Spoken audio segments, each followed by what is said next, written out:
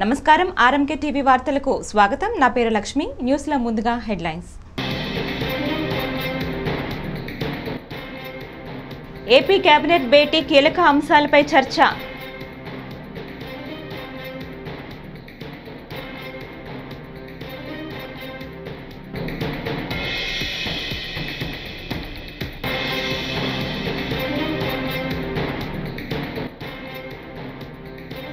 సజ్జల భార్గవపై పెట్టిన కేసు అసత్యం. సజ్జల రామకృష్ణారెడ్డి.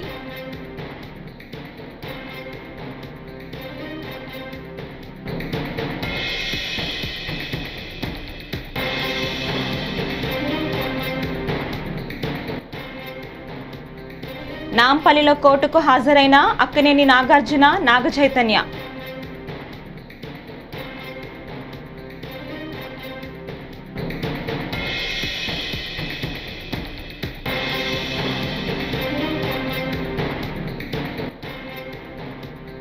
చిన్నప్పటి నుంచి నాకు నాన్నగారే స్ఫూర్తి. బాలకృష్ణ.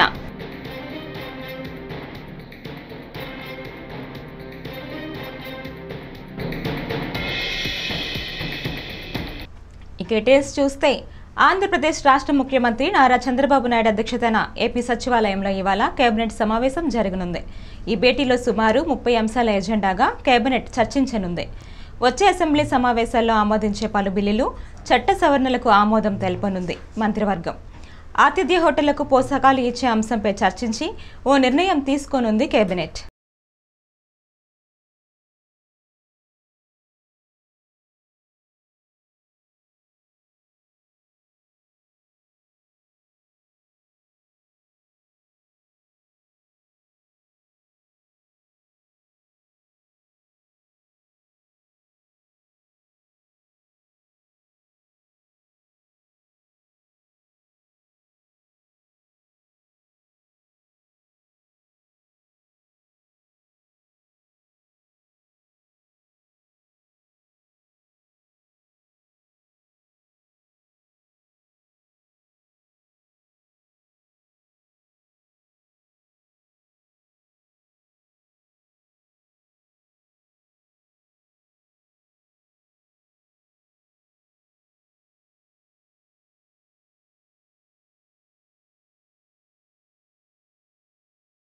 సజ్జల భార్గవపై పెట్టిన కేసు పూర్తిగా అసత్యమని సజ్జల రామకృష్ణారెడ్డి పేర్కొన్నారు.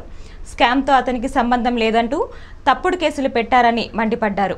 రాష్ట్రంలో ఎన్నో సమస్యలు ఉన్నప్పటికీ కూటమి ప్రభుత్వం వాటిని పట్టించుకోవటం లేదని, వాటిపై మాట్లాడిన వారిని ఇబ్బందులకు గురి చేస్తున్నారని సజ్జల ఆరోపించారు. కొన్ని ప్రధాన పత్రికల్లో తప్పుడు కథనాలను ప్రచురింపజేసి వాటిపైన సీఎం మాట్లాడుతున్నారని సజ్జల అన్నారు. నువ్వు చేసే ఈ ఇన్వెస్టిగేషను, నువ్వు గవర్నమెంట్ ఇన్స్టిట్యూట్ చేసిన ఒక ఇన్వెస్టిగేషన్ టీము, దాని పని రోజుకు ఒక సెక్షన్ ఆఫ్ మీడియాకు ఈ పొదువునివి చిల్లర కథనాలతో కూడినవి, అసత్యాలతో కూడినవి, అర్ధసత్యాలతో కూడినవి కథనాలు ఇచ్చి వాటి బ్యూరోల కింద పనిచేయడం అనేదాన్ని నువ్వు వాటి మీద డిపెండ్ అయ్యి రాజ్యం నడపడము, పాలన చేయడము, రాష్ట్రాన్ని ఇంకోటి ఏదో చేయాలని చేస్తున్నానని చెప్తే అంతకంటే అబద్ధమే ఉంటుంది.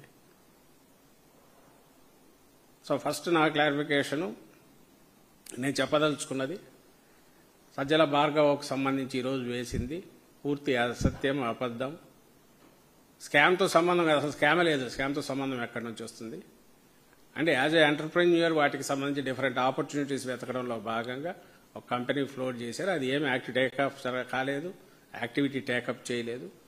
That was an idea. కాబట్టి దాంట్లో ఎలాంటి ట్రాన్సాక్షన్ లేదు, ఇలాంటి ట్రాన్సాక్షన్ లేదు. లీవ్ అలోన్ ఏదో వాటి ఏమంటారు మన ఇంకొకటి ఎవడో దీనిలోకి సంబంధించిన అమౌంట్స్ దీని ద్వారా పోవడం అటుంచి దానికి అకౌంటే లేదు, ట్రాన్సాక్షన్స్ లేవు. That's one part. మరి రాష్ట్రంలో ఇన్ని సమస్యలు ఉన్నప్పుడు మీ పత్రికలకు, ఆ సెక్షన్ ఆఫ్ మీడియాకు రోజు ఫస్ట్ పేజీ నిండా పెద్ద పెద్ద ఐటమ్స్ ఇవే వేసుకుంటే వాటి మీదే చంద్రబాబు నాయుడు మాట్లాడుతూ రియల్ సమస్యలు ఏవైతే ఉన్నాయో వాటి గురించి ఎవరైనా రైజ్ చేస్తే వాటి మీద ఎదురుదాడి చేయడం మొదలు పెడితే ఇంకా దాన్ని రాజకీయం అనాలనా లేక దాన్ని ఒక భయంకరమైన దాన్ని ఏమంటాము విషపూరితమైన దుర్మార్గపు దాన్ని అసాంఘిక వ్యవహారము కార్యకలాపాలను అందరూ అర్థం చేసుకోవాలి. నువ్వు చేసే ఈ ఇన్వెస్టిగేషను, నువ్వు గవర్నమెంట్ ఇన్స్టిట్యూట్ చేసిన ఒక ఇన్వెస్టిగేషన్ టీము దాని పని రోజుకు ఒక సెక్షన్ ఆఫ్ మీడియాకు ఈ పొదువునివి చిల్లర కథనాలతో కూడినవి, అసత్యాలతో కూడినవి, అర్ధసత్యాలతో కూడినవి కథనాలు ఇచ్చి వాటి బ్యూరోల కింద పనిచేయడం అనేదాన్ని నువ్వు వాటి మీద డిపెండ్ అయ్యి రాజ్యం నడపడము, పాలన చేయడము, రాష్ట్రాన్ని ఇంకోటి ఏదో చేయాలని చేస్తున్నానని చెప్తే ఇంక అంతకంటే అబద్ధమే ఉంటుంది.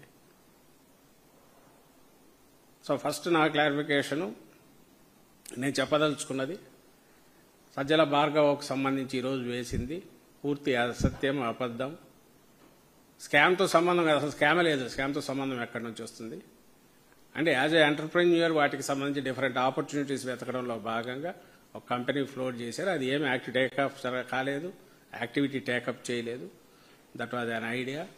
కాబట్టి దాంట్లో ఎలాంటి ట్రాన్సాక్షన్ లేదు, ఇలాంటి ట్రాన్సాక్షన్ లేదు. లీవ్ అలోన్ ఏదో వాటి ఏమంటారు మన ఇంకొకటి ఎవడు దీనిలోకి సంబంధించిన అమౌంట్స్ దీని ద్వారా పోవడం అటుంచి దానికి అకౌంటే లేదు, ట్రాన్సాక్షన్స్ లేవు. That's one part.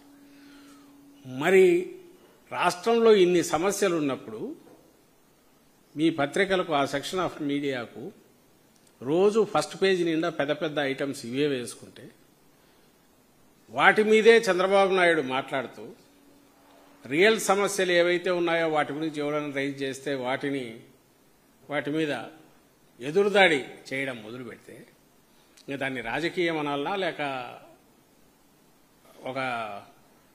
దాన్ని ఒక భయంకరమైన దాన్ని ఏమంటాము విషపూరితమైన దుర్మార్గపు దాన్ని అసాంఘిక వ్యవహారము కార్యకలాపాలను అందరూ అర్థం చేసుకోవాలి. హైదరాబాద్లో నాంపల్లిలో కోర్టుకు సినీ నటుడు అక్కినేని నాగార్జున, అక్కినేని నాగచైతన్య హాజరయ్యారు. మంత్రి కొండ సురేఖ చేసిన వ్యాఖ్యలపై న్యాయమూర్తి ఎదుట నాగార్జున, చైతన్య స్టేట్మెంట్ రికార్డు చేశారు. అనంతరం నాగార్జున మీడియాతో మాట్లాడుతూ తాను వేసిన పునర్వసనం దావా కేసులో హాజరైనట్లు తెలిపారు. న్యాయస్థానంలో కేసు విచారణ జరుగుతోందన్నారు. న్యాయస్థానం ఎదుట తన స్టేట్మెంట్ రికార్డు వినిపించినట్లు వెల్లడించారు.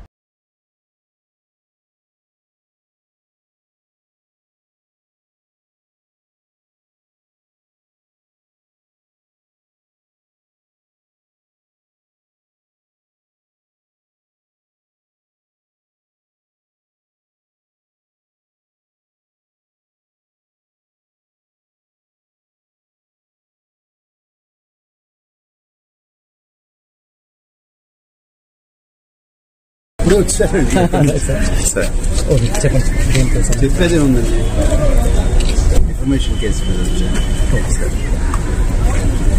చెప్పేదే ఉంది. It's in the law of the court. Now it is up to them to decide. మళ్ళీ వాయిదా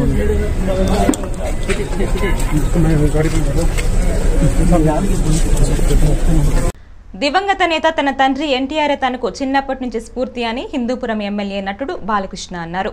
ఆయన కృష్ణా జిల్లా నిమ్మకూరులో పర్యటించారు. ఈ సందర్భంగా గ్రామస్తులు ఆయనకు ఘన స్వాగతం పలికారు. తొలుత నందమూరి తారక రామారావు, బసవ తారకమ్మల విగ్రహాలకు పూలమాల వేసి నివాళులర్పించారు. అనంతరం గ్రామస్తులను పలకరిస్తూ యోగక్షేమాలు అడిగిన ఆయన మీడియాతో మాట్లాడారు.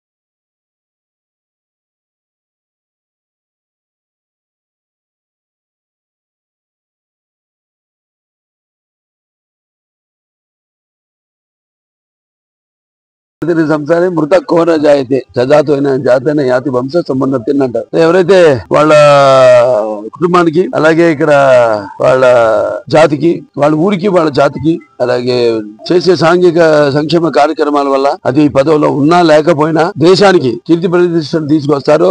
అంటే భూమి మీద ఉందో పుడతారు గిడతారు కానీ అందరూ మహానుభావులు కాలేరు. అంటే ఒక మనిషి మహోన్నత విద్యా పథంలో నడవాలంటే సంకల్పం కావాలి, అకుంటి దీక్ష పొందాలి, దారిలో నడవాలి అన్నది నేను మా నాన్నగారి దగ్గర నుంచి నేర్చుకుంది. అలాగే ఒక కళాకారుడిగా ఆయన మరి చిన్నప్పటి నుంచి కూడా నాకు ఆయనే స్ఫూర్తి. ముఖ్యంగా ఇవాళ మా గ్రామస్తులు, మా కుటుంబ సభ్యులైతేనేమి, మా దాయుదులైతేనేమి, లేకపోతే అందరూ కూడా ఈ రోజు నన్నమ్మకూరు అంటే ఒక ప్రత్యేకమైన స్థానాన్ని, అప్పుడు రామారావు గారు ఆయన కేవలం నటుడు గారి కాకుండా ఆయన ముఖ్యమంత్రి అయిన తర్వాత ఏ కార్యక్రమం మొదలుపెట్టినా, ప్రభుత్వ కార్యక్రమాలు పథకాలు మొదలుపెట్టినా అది ఆయన పుట్టిన ఊరిని మర్చిపోకుండా ఇక్కడి నుంచే ప్రారంభించేవారు. నేను చెప్పినట్టు ఇక్కడ రెసిడెన్షియల్ హై స్కూల్ కావచ్చు, లేకపోతే ఈ జూనియర్ కాలేజ్ కావచ్చు, ఇంటర్మీడియట్ కాలేజ్, అలాగే మహిళా ప్రాంగణం, ప్రాథమిక వైద్య శిబిరం అయితే, పిహెచ్సీలు అయితేనేమి అన్ని కూడా ఇక్కడి నుంచే, ఈ గ్రామం నుంచే పుట్టిన గడ్డను మర్చిపోకుండా ఇక్కడి నుంచే ప్రారంభించేవారు. అలా ఇవాళ కేవలం అంతేకాకుండా సమాజానికి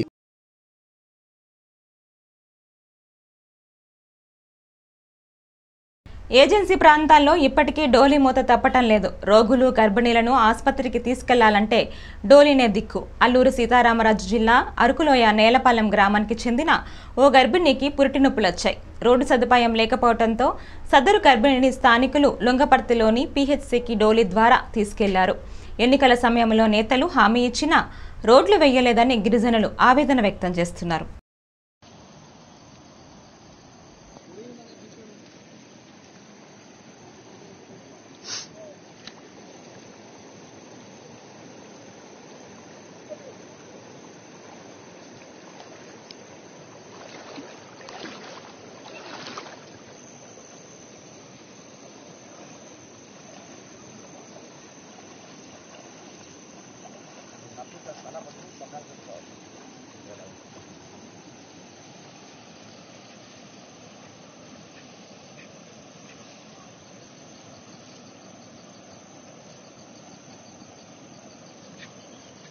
గుంటూరులోని మోతీలాల్ నగర్ ప్రజలు మున్సిపల్ అధికారుల తీరుపై ఆందోళన వ్యక్తం చేశారు.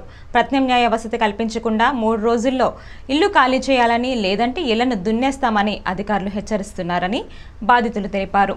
ఈ నోటీసులను వారు తీవ్రంగా ఖండించారు. ఈ సమస్యపై స్పందించి న్యాయం చేయాలని కోరుతూ ఎమ్మెల్యే నస్నీరు కలిసి వినతి పత్రం అందజేశారు. మాకు నోటీసులు ఇచ్చారు. 3 రోజుల్లో మీరు ఖాళీ చేయకపోతే మేము వచ్చి మొత్తం దున్నుకుంటా పోతాం, దున్నిన దానికి ఖర్చు కూడా మీరే వసూలు చేస్తాం మీ దగ్గర అని చెప్పి. ఇప్పుడు మేము కాలువ కట్టుకోవడానికి మేము అడ్డంగా ఉన్నామంట, అందుకని మమ్మల్ని ఖాళీలు చేయమని. మరి కాలువ కట్టుకున్నంత మటుకు ప్లేస్ మాకేమీ లేదండి. కాలువ కట్టుకోవడానికి మేము ఇస్తే మాకు మిగిలేదు ఏమీ లేదు. ఇక్కడ మీరు మార్కింగ్ లెక్క ఇచ్చారు, ఆ మార్కింగ్ లెక్క మీరు ఇల్లు చూడండి. అక్కడ నుంచి కాలువ దగ్గర చూస్తే కాదు లెక్క తెలియదు కదండి. ఇల్లు పోతుంటే ఎంత పోతుందో మీరు ఒకసారి ఇంటింటికి చూస్తే మీకు ఏ ఇల్లు ఎంత పోతుందో మీకే తెలుస్తుంది. మేము చెప్పేది ఏముంది అందులో.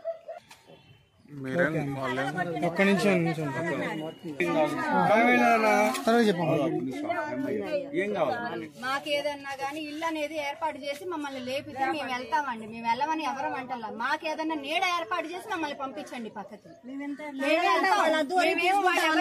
గవర్నమెంట్ కానీ ఎవరికి కూడా మేము అడ్డు పెట్టాం. కాకపోతే మాకు ఇప్పుడు నిలువ నీళ్ళు లేక మేము అందరం ఇక్కడ ఉంటాం. మాకు ఎక్కడన్నా దారి చూపించి మీరు మమ్మల్ని పలానా దగ్గర వెళ్ళి మీరు ఉండమ్మా అంటే మేము వెళ్తాం. ఏది లేకుండా మాకు అక్కడ ఇచ్చారు.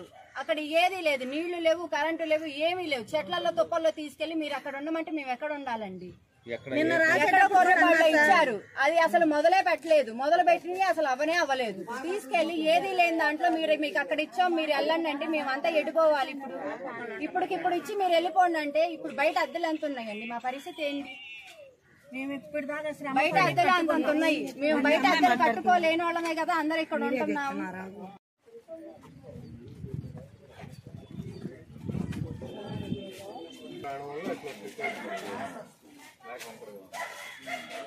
ఇప్పుడు ఇది హాఫ్ పోర్షన్ పోతుందా? హాఫ్ పోర్షన్ పోతుంది. ఇంకా ముందు కూడా కొన్ని ఇట్లా వచ్చిందా ఇట్లా వచ్చిందా? శశి విద్యా సంస్థల అధినేత బూరుకపల్లి రవికుమార్ తిరుమల తిరుపతి దేవస్థానంలోని ప్రాణదాన ట్రస్టుకు 1.1 కోట్లు భారీ విరాళంగా ప్రకటించారు. తిరుమలలో టీటీడీ చైర్మన్ బిఆర్ నాయుడును ఆయన గురువారం కలిసి విరాళం అందజేశారు. ఈ సందర్భంగా చైర్మన్ రవికుమార్ దంపతులను అభినందించారు.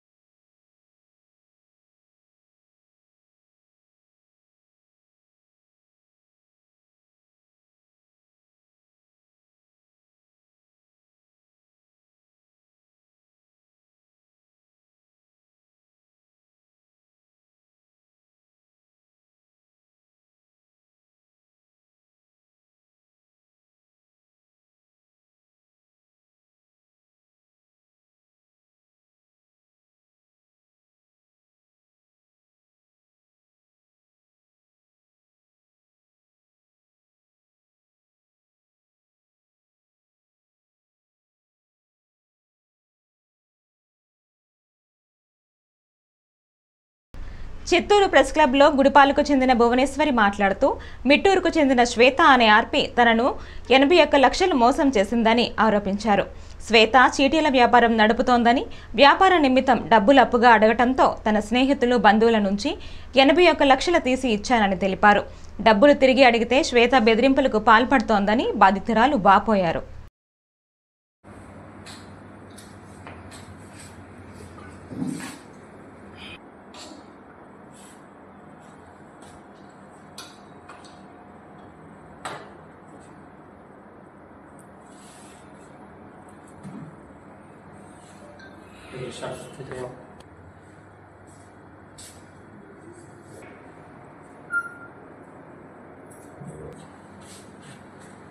మండలం పోస్టు ఎగు పిల్లారిగుప్పం. నా పేరు వచ్చి భువనేశ్వరి. శ్వేత అమ్మాయి వచ్చి ఆర్పిగా ఉండింది మిట్టూరులో. అమ్మాయి గ్రూప్లో, నేను గ్రూప్లో ఉన్నాను. అమ్మాయి 5 ఏళ్ళుగా నాకు పరిచయం అయ్యింది. పరిచయం అయ్యి మళ్ళీ వాళ్ళ ఇంటికి అంతా తొడుకొని పోయింది. నన్ను తొడుకొని పోయేసి చీటీలంతా నేను నడిపిస్తానుక, ఎవరెవరు నీ ఫ్రెండు, బంధువులు ద్వారా ఎవరెవరు ఉండారో వాళ్ళు చెప్పు, నేను 2.5 లక్ష రూపాయల చీటు, 3 లక్షల రూపాయల చీటు, 5 లక్షల రూపాయల చీటు అన్నీ నడిపిస్తాను. నడిపించి నేను కరెక్ట్గా ఇచ్చేస్తానుక. మా హస్బెండ్ వచ్చి మిలిటరీ, మా అన్న వచ్చి బయట దేశంలో ఉన్నాడు. అతను నెల అయితే 3 లక్షల రూపాయలు నా అకౌంట్కి పంపిస్తాడు. మా హస్బెండ్ 1 లక్ష రూపాయలు పంపిస్తాడు. అందుకబట్టి చీటికి అంతా భయం లేదని అమ్మాయి నా దగ్గర చెప్పింది. నేనేం చేశాను, మా ఊళ్ళో ఉండేవాళ్ళు, బంధువులు, వేరే వాళ్ళు అందుని చేరిపించి చీటీలు నడిపిస్తూ ఉండింది. చీటీలు ఎత్తుకొని కరెక్ట్గా వాళ్ళ ఇంటికాడ కడతా ఉన్నాను. మళ్ళీ అట్లే ఎక్కువ పరిచయం అయ్యేగాలికి అకాక నేను ప్లాట్ బిజినెస్ చేస్తాను కాబోనాక, బట్టల షాప్ పెడతాను, హోటల్ పెడతాను, మా అన్న నేను నడిపిస్తాను. మా ఆయన వచ్చి మిలిటరీలో ఉండే కాబట్టి మేము ఇద్దరు చేరి కలిపి నడిపిస్తామనేసి డబ్బులు ఏమైనా తీసి ఇక బిజినెస్ కావాలని అడిగింది. 15 మంది దగ్గర డబ్బులు తక్కువ వడ్డీకి 50 లక్షల రూపాయలు తీర్చినాను. అది అడిగకపోతే వాళ్ళ ఇంటికి రండి అతనే పిలిపించినాడు. కిరణ్ అతనే పిలిపించినాడు. మీ డబ్బులు మోసం చేయండి రా అని పిలిపించి డబ్బులు అడిగకపోయిన దానికి నేను మిలిటరీలో ఉన్నాను, తెలియకుండా గవర్నమెంట్కి తెలియకుండా గన్ను పెట్టుకున్నాను అనేసి కాల్ చేస్తాను బెదిరించాడు. ఇది ఆ గన్నుని మేము చూడలో పడుకొని వచ్చేస్తున్నాము. దీనివల్ల 2 ఏళ్ళ ముందుకు ఊరు పోసుకున్నాను. నేను ఊరు పోసుకున్నాక ఆ ఊరు జనాలు వచ్చినది కాపాడినారు. పోయిన ఏడాది కూడా మా అల్లుడు సీరియస్గా ఉండేటప్పుడు కాల్ చేశాను వాళ్ళకి, కిరణ్కు చేశాను, శ్వేతకు చేసినాను. వాళ్ళు ఎవరు ఫోన్ రెస్పాన్స్ తీయలేదు. మళ్ళీ 20 రోజుల తర్వాత అతనే కాల్ చేసి నాకు తెలుసుగా మీ అల్లుడు చనిపోయినాడు అనేసి, అందుకే చెప్పినాను మా అల్లుడు. 64 కేసులో నిందితుడైన దొంగను రేణిగుంట పోలీసులు గురువారం అరెస్టు చేశారు. నెల్లూరు జిల్లా ఇందుకూరుపేటకు చెందిన కొత్త సంతోష్ 43 సంవత్సరాలు ఉండగా ఈజీ మనీ కోసం వరుస దొంగతనాలను పాల్పడుతున్నాడు. రేణిగుంట, చంద్రగిరి, అలిపిరి, తిరుచానూరు, బాకారపేట, నెల్లూరు రూరల్ పరిధిలో బైకులు అపహరించాడు. బిన్సారి సర్కిల్ వద్ద పట్టుబడగా అతడి వద్ద నుంచి 5.70 లక్షల విలువైన 10 బైకులు స్వాధీనం చేసుకున్నట్లు డిఎస్పీ శ్రీనివాసరావు తెలిపారు. ఇందుకూరుపేటకు సంబంధించిన నెల్లూరు జిల్లా ఇందుకూరుపేట మండలానికి సంబంధించిన దొడ్ల సంతోష్ అలవాటు పడిన నేరస్తుడు. 2 వీలర్స్లో ఇప్పటి వరకు 64 కేసుల్లో మనకున్న పోలీస్ రికార్డు ప్రకారం 64 కేసుల్లో నిందితుడిగా ఉన్నాడు. అరెస్ట్ చేశారు పోలీసులు. కోర్టులో ఛార్జ్షీట్ ఫైల్ చేయడం జరిగింది. ఇప్పుడు ఈరోజు 10 కేసుల్లో మనము ప్రాపర్టీని రికవర్ చేయడం జరిగింది. దానికి సంబంధించి రేణిగుంట 5 కేసులు, చంద్రగిరి, అలిపిరి, తిరుచానూరు, బాక్రాపేట, నెల్లూరు రూరల్ పోలీస్ స్టేషన్లో నమోదైన కేసులు మిగతాయి ఉన్నాయి. ఇతను గతంలో నెల్లూరు, చిత్తూరు, తిరుపతి జిల్లాల్లో 64 అఫెన్సెస్లో పార్టిసిపేట్ చేస్తున్నాడు. ఇతను ఇప్పుడు కూడా వివిధ కోర్టుల్లో ఇతని మీద కేసులు రన్ అవుతున్నాయి. వాటిల్లో 48 లైవ్లో ఉన్నాయి, మిగతా ఎక్విటీలు అయినాయి. మిగతా కేసు 48 కేసులు ఇప్పుడు కూడా వాయిదాలు తిరుగుతున్నాడు. ఇతని మీద ఒక సస్పెక్ట్ షీట్ ఓపెన్ చేసి మేము కన్సర్న్ పోలీస్ స్టేషన్కి ఫార్వర్డ్ చేస్తున్నాం ఇతని మీద గట్టి నిఘా కోసం. ఈ కేసులో రేణిగుంట సిఐ గారు, వాళ్ళ ఎస్ఐ గారు మరియు సిబ్బంది రాజశేఖరు, బాదుషా వీళ్ళందరూ కూడా ఒక ప్రణాళిక ప్రకారము ఇతని పైన నిఘా పెట్టి టెక్నికల్ ఎవిడెన్స్ ఆధారంగా ఇతన్ని అరెస్ట్ చేయడం జరిగింది. ఈరోజు ఇతన్ని కోర్టుకి రిమాండ్ నిమిత్తం పంపిస్తున్నాం. Thank you. హైదరాబాద్ రాయదుర్గంలోని మైహం బుజాలో గణేష్ లడ్డు భారీ ధర పలికింది. దీన్ని ఇల్లందుకు చెందిన స్థిరాస్తి వ్యాపారి గణేష్ అనే వ్యక్తి వేలంలో 5,07,777 రూపాయలకు దక్కించుకున్నారు. గత ఏడాది ఇక్కడ లడ్డూ ధర 29 లక్షలు పలికింది. అప్పుడు ఈయనే వేలంలో దక్కించుకోవటం విశేషం. 77,777. Come on, అందరూ తాలియా. Ganapati Bappa Morya. 51 lakhs PSK group. 51 lakhs. PSPK Srikanth 51 lakhs. Woo! 51 lakhs 7,777 rupees. Woo! 51 lakhs 7,777. 51,07,777 రూపాయలు.